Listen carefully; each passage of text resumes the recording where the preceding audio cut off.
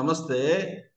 2 important judgements వచ్చాయి. విమల్ జైన్ గారు ఈ ట్విట్టర్‌లో షేర్ చేయడం జరిగింది ఎక్స్‌లో. ఒకటి తెలంగాణ హైకోర్టు నుంచి, రెండోది కలకత్తా హైకోర్టు నుంచి. ఫస్ట్ దీంట్లో ఏం చెప్తున్నారంటే కలకత్తా హైకోర్టు వారు penalising recipient without causing enquiry with supplier for non tax remittance illegal and without jurisdiction. అంటే సింపుల్ గా గతంలో కూడా మనకు చాలా జడ్జిమెంట్స్ ఉన్నాయి. ఫస్ట్ ఎవరైతే సప్లయర్ ఉంటాడో వాడి మీద ప్రొసీడ్ అవ్వకుండా డైరెక్ట్ గా రిసిపియంట్ మీదకి రాజు. Penalising recipient without causing enquiry with the supplier for tax non remittance. అంటే ట్యాక్స్ కానీ కట్టకపోతే మనకు ఐటీసీకి ఎలిజిబిలిటీ లేదు కాబట్టి ఫస్ట్ ఎవరైతే సప్లయర్ ఉంటాడో ఫార్వర్డ్ ఛార్జ్ మెకానిజంలో వాడి మీద మీరు ప్రొసీడ్ అవ్వండి. వాడి మీద ప్రొసీడ్ అవ్వకుండా డైరెక్ట్ గా రిసిపియంట్ మీ దగ్గరికి రావడం ఇల్లీగల్ అండ్ వితౌట్ జ్యూరిస్డిక్షన్ అని చెప్పి కలకత్తా హైకోర్టు వారు జడ్జిమెంట్ ఇవ్వడం జరిగింది.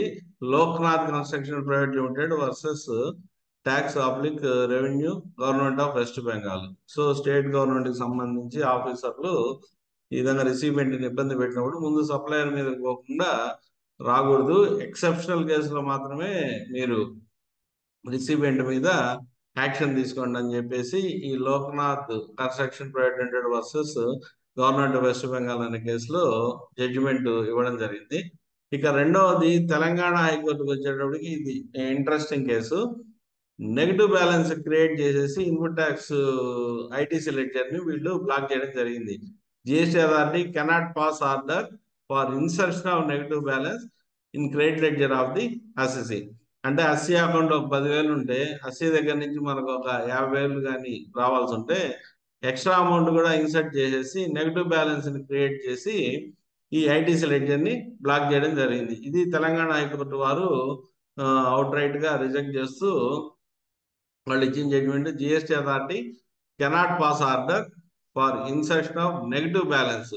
అంటే ఐటీసీ లెడ్జర్ లో పాజిటివ్ బ్యాలెన్స్ ఉంటే దాన్ని నెగిటివ్ లో తీసుకుని అంటే ఫ్యూచర్ లో వచ్చే ఇన్పుట్ ట్యాక్స్ క్రెడిట్ కూడా తీసేసుకోవాలనే ఉద్దేశంతో ఈ నెగిటివ్ బ్యాలెన్స్ అని క్రియేట్ చేసినప్పుడు GST authority cannot pass order for insertion of negative balance in credit ledger of the assessee. ఇది తెలంగాణ హైకోర్టు నుంచి వీళ్ళు రూల్ 86 క్యాపిటల్ ఏని విశ్లేషిస్తూ the court held that rule 86A only allows blocking of available input tax credit.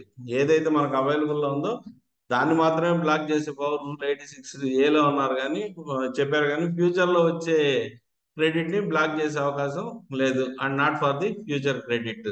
Deeming the authority action of creating negative credit in the electronic credit ledger as a violation of the rule. అంటే రూల్లో ఉన్న దానికి వ్యతిరేకంగా ఈ authorities work చేశారు కాబట్టి దాన్ని కూడా కొట్టేస్తూ Lakshmi fine chemical versus assistant commissioner ఈ కేసు గౌరవ తెలంగాణ హైకోర్టు వారి ముందు వచ్చినప్పుడు ఈ విధంగా జడ్జిమెంట్ చెప్పడం జరిగింది. సో రెండు విమల్ జైన్ గారు ట్విట్టర్ లో షేర్ చేశారు. రెండు మనకు ఉపయోగపడే జడ్జిమెంట్స్ కాబట్టి ఈ వీడియో ద్వారా మీకు మీ ముందుకు తీసుకొచ్చే ప్రయత్నం చేస్తున్నాను. ఫస్ట్ది గౌరవ కలకత్తా హైకోర్టు వారు, రెండవది గౌరవ తెలంగాణ హైకోర్టు వారు. రెండు మనకు డే టు డే లైఫ్ లో పనికొచ్చే జడ్జిమెంట్స్ కాబట్టి మీరు కూడా ఒకసారి చదివి అర్థం చేసుకొని మీకు ఇటువంటి సిచ్యువేషన్ ఎదురైనప్పుడు ఈ జడ్జిమెంట్ని బేస్ చేసుకొని రిప్లై ఇవ్వాల్సిందిగా కోరుతూ నమస్కారం.